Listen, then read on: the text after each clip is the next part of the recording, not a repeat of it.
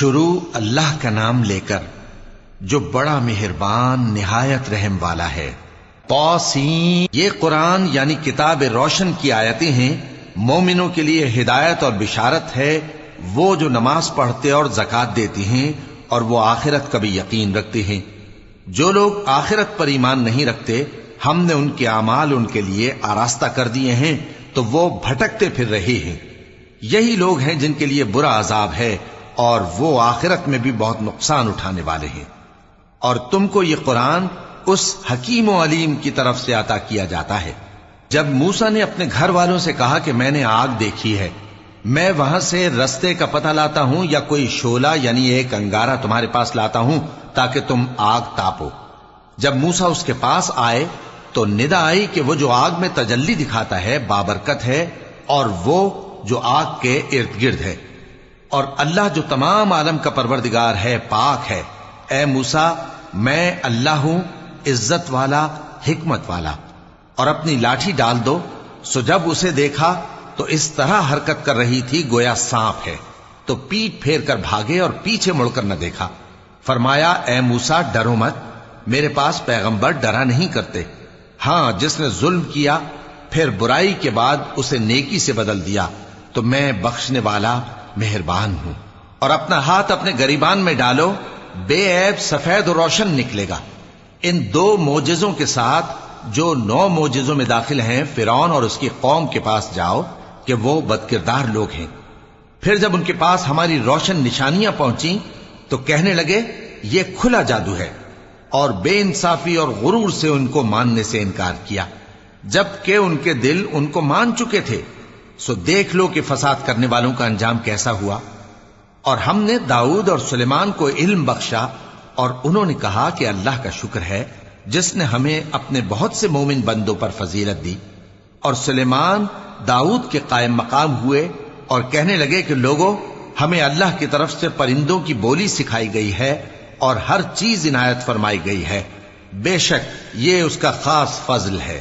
اور سلیمان کے لیے جنوں اور انسانوں اور پرندوں کے لشکر جمع کیے گئے اور پھر ان کی جماعتیں بنائی گئیں، یہاں تک کہ جب چیونٹیوں کے میدان میں پہنچے تو ایک چیونٹی نے کہا کہ چیونٹیوں، اپنے اپنے بلوں میں داخل ہو جاؤ، ایسا نہ ہو کہ سلیمان اور اس کے لشکر تم کو کچل ڈالیں اور ان کو خبر بھی نہ ہو۔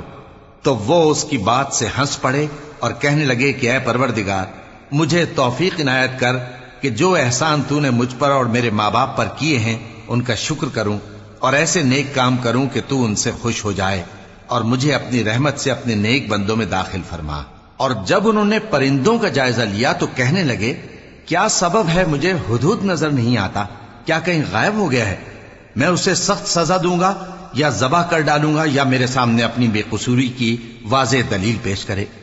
ابھی تھوڑی دیر ہوئی تھی کہ ہدہد آ موجود ہوا اور کہنے لگا کہ مجھے ایک ایسی چیز معلوم ہوئی ہے جس کی آپ کو خبر نہیں، اور میں آپ کے پاس ملک سبا سے ایک یقینی خبر لے کر آیا ہوں۔ میں نے ایک عورت دیکھی کہ ان لوگوں پر حکومت کرتی ہے اور ہر چیز اسے میسر ہے، اور اس کا ایک شاندار تخت ہے۔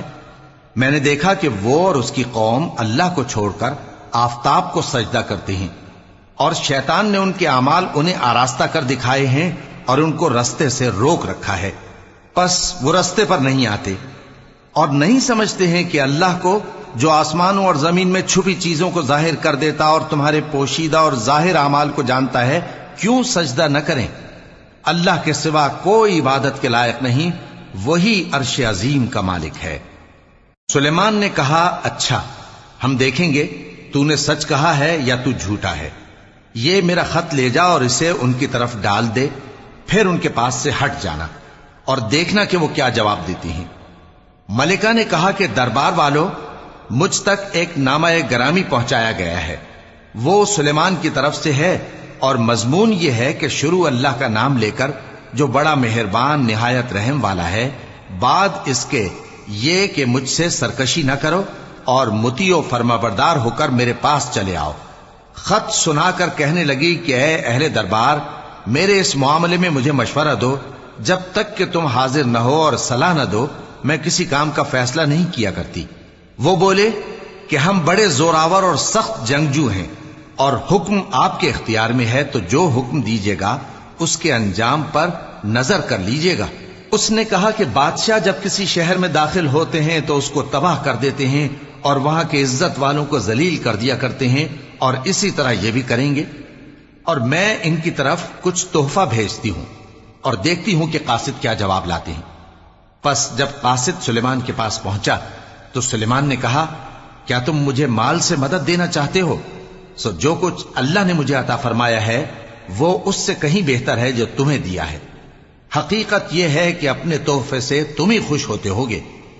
ان کے پاس واپس جاؤ، اب ہم ان پر ایسے لشکر لے کر حملہ کریں گے جن کے مقابلے کی ان میں طاقت نہ ہوگی، اور ان کو وہاں سے بے عزت کر کے نکال دیں گے اور وہ ذلیل ہوں گے۔ سلیمان نے کہا کہ اے دربار والو، کوئی تم میں ایسا ہے کہ قبل اس کے کہ وہ لوگ فرما بردار ہو کر ہمارے پاس آئیں ملکہ کا تخت میرے پاس لے آئے؟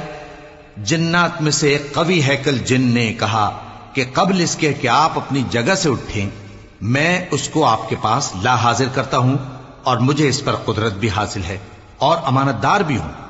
ایک شخص جس کو کتاب الہی کا علم تھا کہنے لگا کہ میں آپ کی آنکھ کے جھپکنے سے پہلے پہلے اسے آپ کے پاس حاضر کیے دیتا ہوں۔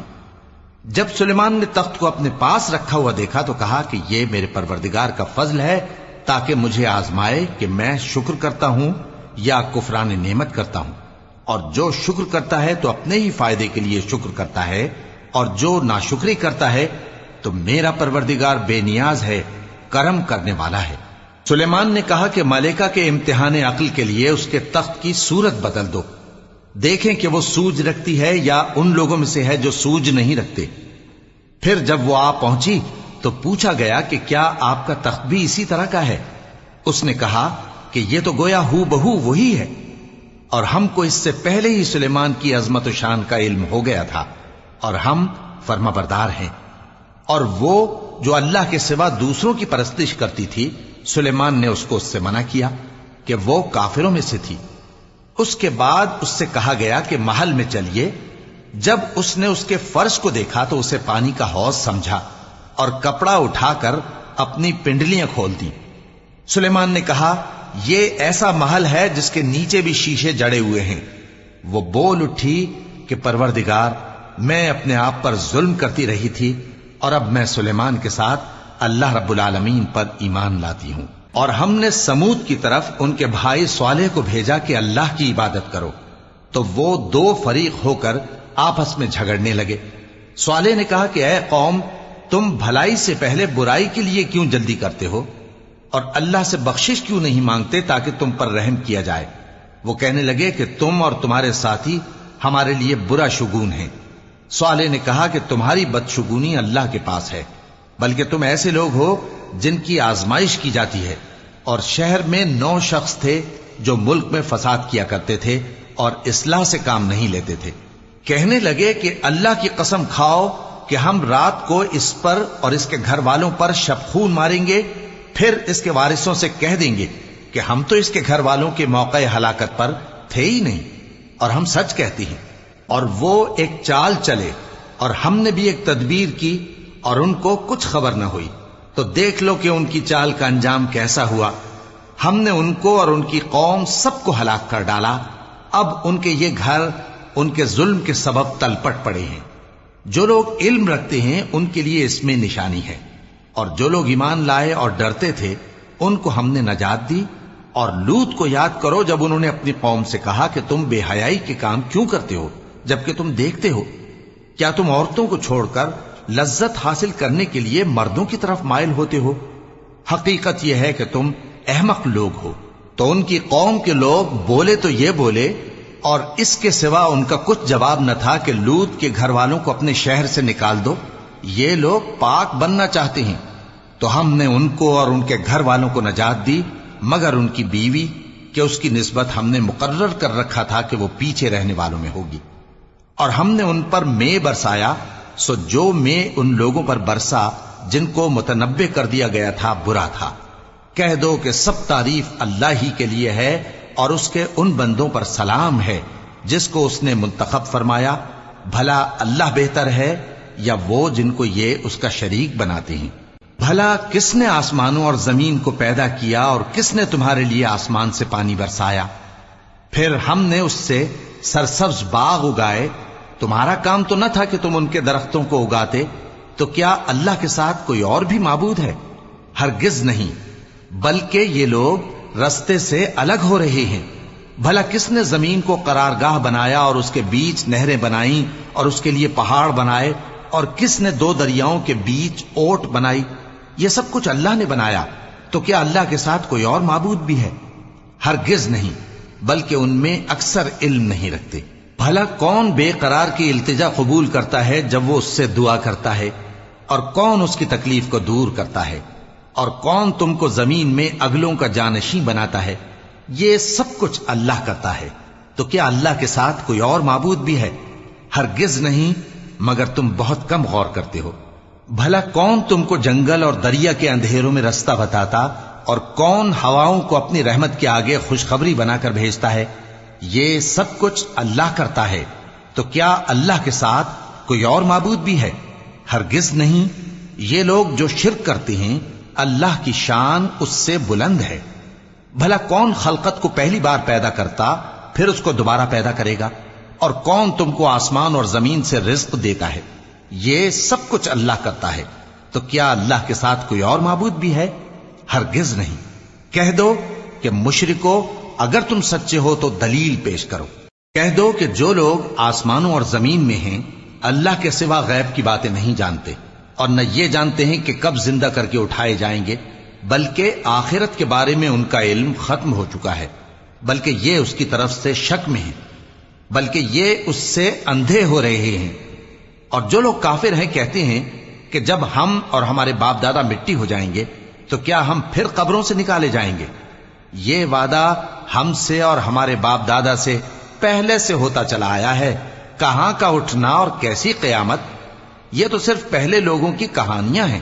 کہہ دو کہ ملک میں چلو پھرو، پھر دیکھو کہ گناہگاروں کا انجام کیا ہوا ہے، اور ان کے حال پر غم نہ کرنا، اور نہ ان چالوں سے جو یہ کر رہے ہیں تنگ دل ہونا۔ اور کہتے ہیں کہ اگر تم سچے ہو تو یہ وعدہ کب پورا ہوگا؟ کہہ دو کہ جس عذاب کے لیے تم جلدی کر رہے ہو شاید اس میں سے کچھ تمہارے نزدیک آ پہنچا ہو، اور تمہارا پروردگار تو لوگوں پر فضل کرنے والا ہے، لیکن ان میں سے اکثر شکر نہیں کرتے۔ اور جو باتیں ان کے سینوں میں پوشیدہ ہوتی ہیں اور جو کام وہ ظاہر کرتے ہیں، تمہارا پروردگار ان سب کو جانتا ہے۔ اور آسمانوں اور زمین میں کوئی پوشیدہ چیز نہیں ہے مگر یہ کہ وہ ایک کتاب روشن میں لکھی ہوئی ہے۔ بے شک یہ قرآن بنی اسرائیل کے سامنے اکثر باتیں جن میں وہ اختلاف کرتے ہیں بیان کر دیتا ہے، اور بے شک یہ مومنوں کے لیے ہدایت اور رحمت ہے۔ تمہارا پروردگار قیامت کے روز ان میں اپنے حکم سے فیصلہ کر دے گا، اور وہ غالب ہے، علم والا ہے۔ تو اللہ پر بھروسہ رکھو، تم تو صاف حق پر ہو۔ کچھ شک نہیں کہ تم مردوں کو بات نہیں سنا سکتے، اور نہ بہروں کو جبکہ وہ پیٹ پھیر لیں آواز سنا سکتے ہو، اور نہ اندھوں کو گمراہی سے نکال کر رستہ دکھا سکتے ہو۔ تم تو انہی کو سنا سکتے ہو جو ہماری آیتوں پر ایمان لاتے ہیں، پھر وہ فرما بردار ہو جاتے ہیں۔ اور جب ان کے بارے میں عذاب کا وعدہ پورا ہوگا تو ہم ان کے لیے زمین میں سے ایک جانور نکالیں گے جو ان سے باتیں کرے گا۔ یہ ہم اس لیے کریں گے کہ لوگ ہماری آیتوں پر ایمان نہیں لاتے تھے۔ اور جس روز ہم ہر امت میں سے ایک بڑے گروہ کو جمع کریں گے جو ہماری آیتوں کی تکذیب کرتے تھے، پھر ان کی جماعت بندی کی جائے گی، یہاں تک کہ جب سب آ جائیں گے تو اللہ فرمائے گا کہ کیا تم نے میری آیتوں کو جھٹلا دیا تھا، حالانکہ تم نے اپنے علم سے ان کا احاطہ تو کیا ہی نہ تھا؟ بھلا تم کیا کرتے رہتے تھے؟ اور ان کے ظلم کے سبب ان کے حق میں وعدہ عذاب پورا ہو کر رہے گا تو وہ بول بھی نہ سکیں گے۔ کیا انہوں نے نہیں دیکھا کہ ہم نے رات کو اس لیے بنایا ہے کہ اس میں آرام کریں، اور دن کو روشن بنایا ہے کہ اس میں کام کریں؟ بے شک اس میں مومن لوگوں کے لیے نشانیاں ہیں۔ اور جس روز سور پھونکا جائے گا تو جو لوگ آسمانوں میں اور جو زمین میں ہیں سب گھبرا اٹھیں گے مگر وہ جسے اللہ چاہے، اور سب اس کے پاس عاجز ہو کر چلے آئیں گے۔ اور تم پہاڑوں کو دیکھتے ہو تو خیال کرتے ہو کہ مضبوط جمے ہوئے ہیں، مگر وہ اس روز اس طرح اڑتے پھریں گے جیسے بادل۔ یہ اللہ کی کاریگری ہے جس نے ہر چیز کو مضبوط بنایا۔ بے شک وہ تمہارے سب افعال سے باخبر ہے۔ جو شخص نیکی لے کر آئے گا تو اس کے لیے اس سے بہتر بدلہ تیار ہے، اور ایسے لوگ اس روز گھبراہٹ سے بے خوف ہوں گے، اور جو برائی لے کر آئے گا تو ایسے لوگ اوندھے منہ دوزخ میں ڈال دیے جائیں گے۔ تم کو تو انہی اعمال کا بدلہ ملے گا جو تم کرتے رہے ہو۔ کہہ دو مجھ کو یہی ارشاد ہوا ہے کہ اس شہر مکہ کے مالک کی عبادت کروں جس نے اس کو محترم بنایا ہے، اور ہر چیز اسی کی ہے، اور مجھے یہ بھی حکم ہوا ہے کہ میں فرما بردار رہوں، اور یہ بھی کہ قرآن پڑھا کروں۔ اب جو شخص راہ راست اختیار کرتا ہے تو اپنے ہی فائدے کے لیے اختیار کرتا ہے، اور جو گمراہ رہتا ہے تو کہہ دو کہ میں تو صرف خبردار کرنے والا ہوں۔ اور کہو کہ اللہ کا شکر ہے وہ تم کو عنقریب اپنی نشانیاں دکھائے گا تو تم ان کو پہچان لو گے، اور جو کام تم کرتے ہو تمہارا پروردگار ان سے بے خبر نہیں ہے۔